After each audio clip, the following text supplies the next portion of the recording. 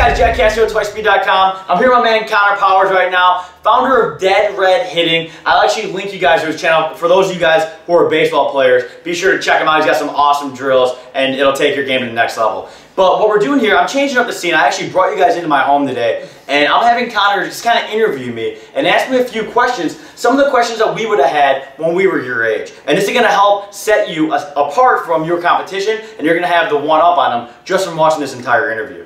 All right, so without further ado, Connor, I want you just kind of pick my brain and ask me what you'd like to learn when you were 14, 15, 16 years old. Absolutely. Okay, I just want to say, first of all, thanks for bringing me on today. Yeah, no problem. And also, I watch your videos all the time, and it seems like a consistent person inside you, and those videos is CJ. Right?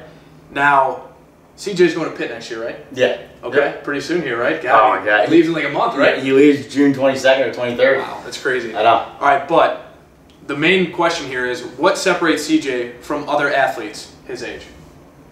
Okay, so the big thing about CJ is I met him when he was 14 years old. And for those of you guys who don't know who he is, he's a Division I running back. He's going to University of Pittsburgh next year. I'm an alumni from his high school. I'll kind of give you a little backdrop of what happened, how we met. I heard that we had a really good running back at my old high school. He was a freshman. I kind of introduced myself and said, I'll take you under my wing, I'll teach you, and we kind of developed a relationship. The one thing that he does that I've never seen in a kid, and I trained thousands of athletes, he was so dedicated to the training. He lived and breathed it. He wanted to get up at 5 a.m. He was always calling me or texting me like, hey, is there anything else I could do at home after our workouts? And he would be dead by the end of our workouts, but he always wanted to do more. He always pushed himself. Another good thing about CJ, what he's done is he's developed really good relationships with coaches. He's always been really personable. He's always reached out. When he was a freshman, it wasn't like everyone was knocking on his door. He sent emails. Every single night he would email coaches. He would try and set up unofficial visits. You know, he worked really, really hard on the recruiting end as well as in the weight room. Okay, that's awesome. That's really good information. All right, so you said he was 14 when you first started training him? Yeah, I think he had just turned 15. I met him when he was 14, but when we trained, he was 15. Okay, so now you looked at CJ at 15, and what was the first thing that came to your mind that, hey, I need to work on this with him because this is going to give him the most improvements fast? The number one thing with CJ was his functional strength. So he was a really strong kid naturally, but he didn't have the coordination. He didn't have the neuromuscular coordination where he knew how to lift. So I was really...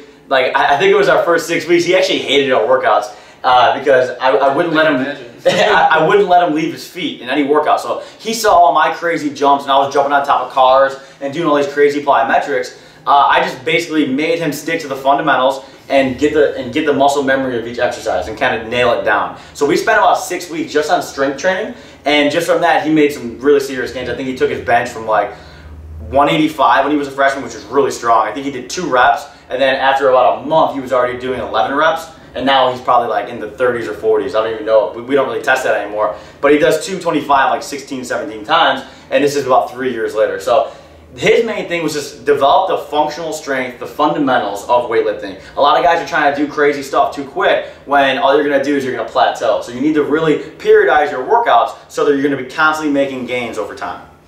Okay, cool. Now, do you have any, just basically an example of that in a YouTube video that you can link right here, I guess, just throw on there you can find? Of functional training? Yeah, just a functional training. Yeah. So right here, I'll link you guys my best video, just a bare bones of what you need to do to develop functional strength as an athlete, and it'll be a couple of really good exercises for you guys.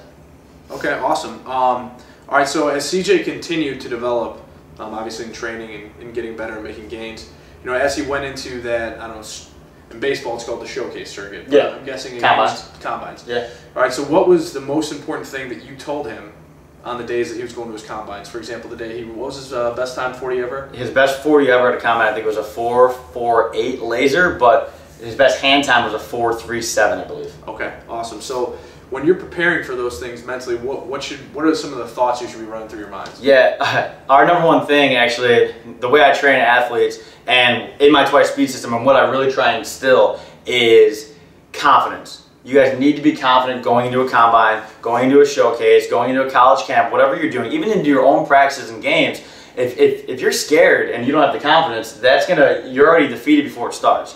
So CJ's big thing was I would always positive encouragement. every workout. If we would test his 40 and it wasn't as fast as last week, I would just keep him up. I would keep him really motivated. He's got to beat it. He's got to keep grinding. And that's actually how we came up with the Team Loyal. The whole thing was you got to stay loyal to your goals, and you got to really grind towards that to become the best athlete you could possibly be. But he'd go into those combines, he was so confident. I actually have some like behind the scenes footage that maybe one day I'll release of him like getting out of the car, walking into Nike Spark, walking into University of Oklahoma, University of Arkansas. I have a lot of really cool videos of him and how confident he was going into his workouts, and he just knew he'd crush it, and he did every single time. He won MVPs, Combine Kings. I can't even tell you how many medals this kid has and trophies. He's got trophies bigger than me, so he's done a really good job.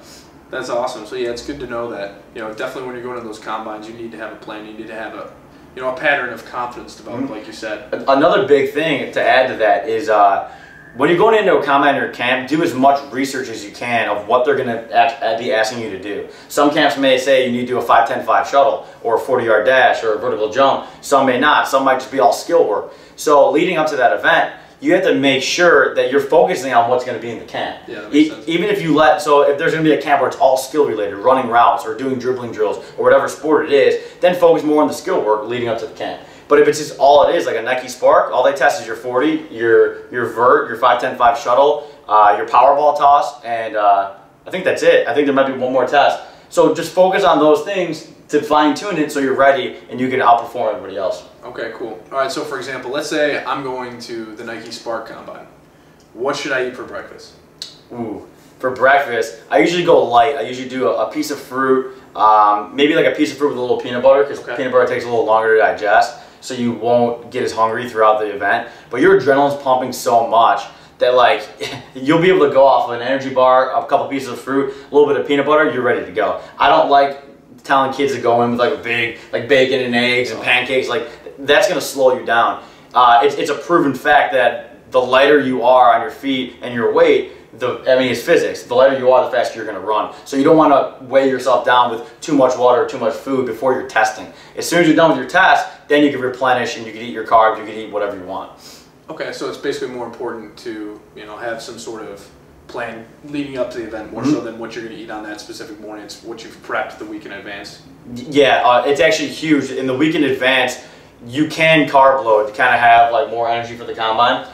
So you can eat things like whole wheat pasta or even pasta. I'm not hardcore of like you got to eat like a bodybuilder, because you're athletes. You need your carbs, you need your fats, you need your protein, and we could actually shoot another video talking more about the nutrition.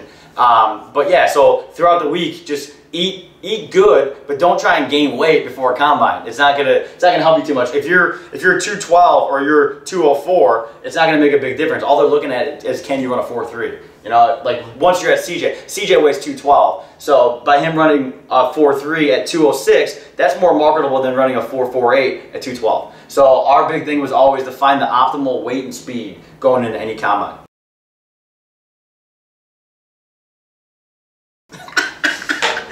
And this is how many times this kid blows me up during this interview right now. I'm getting blown up text after text. CJ is saying, I need to know what weight I'm doing. Okay, you think I can do this weight? I'm gonna do six sets of 3 of 250-pound bench. So he's all pumped up right now. He's fired up? He's fired up and do it, because I just texted him his workout for the day because I wasn't able to make it. But I appreciate the interview. This is awesome. If you guys like this style, if you want more interview style videos, we can for sure get those out there. Just remember, I come out with a new video every Tuesday, a new workout video. So it's me showing different exercises and showing you guys how to become faster, become stronger, and kind of guide you on the path that I guided CJ for the last 4 years. So be sure you subscribe to the channel. If you want to see every single workout, subscribe to the channel. Do not miss a workout, because it's going to make or break come this football season. You only have 3 months to train. And same thing with basketball. You guys are in AAU. You guys need to be able to do this stuff while you're playing and kind of build your strength, and more importantly, build your confidence. You guys need to become the most confident athletes out there, and that's what I'm doing here at Twice Speed. So guys, be sure to head over to twicespeed.com, find out how you can become the best athlete possible, and I'll talk to you guys on Tuesday. Turn it up.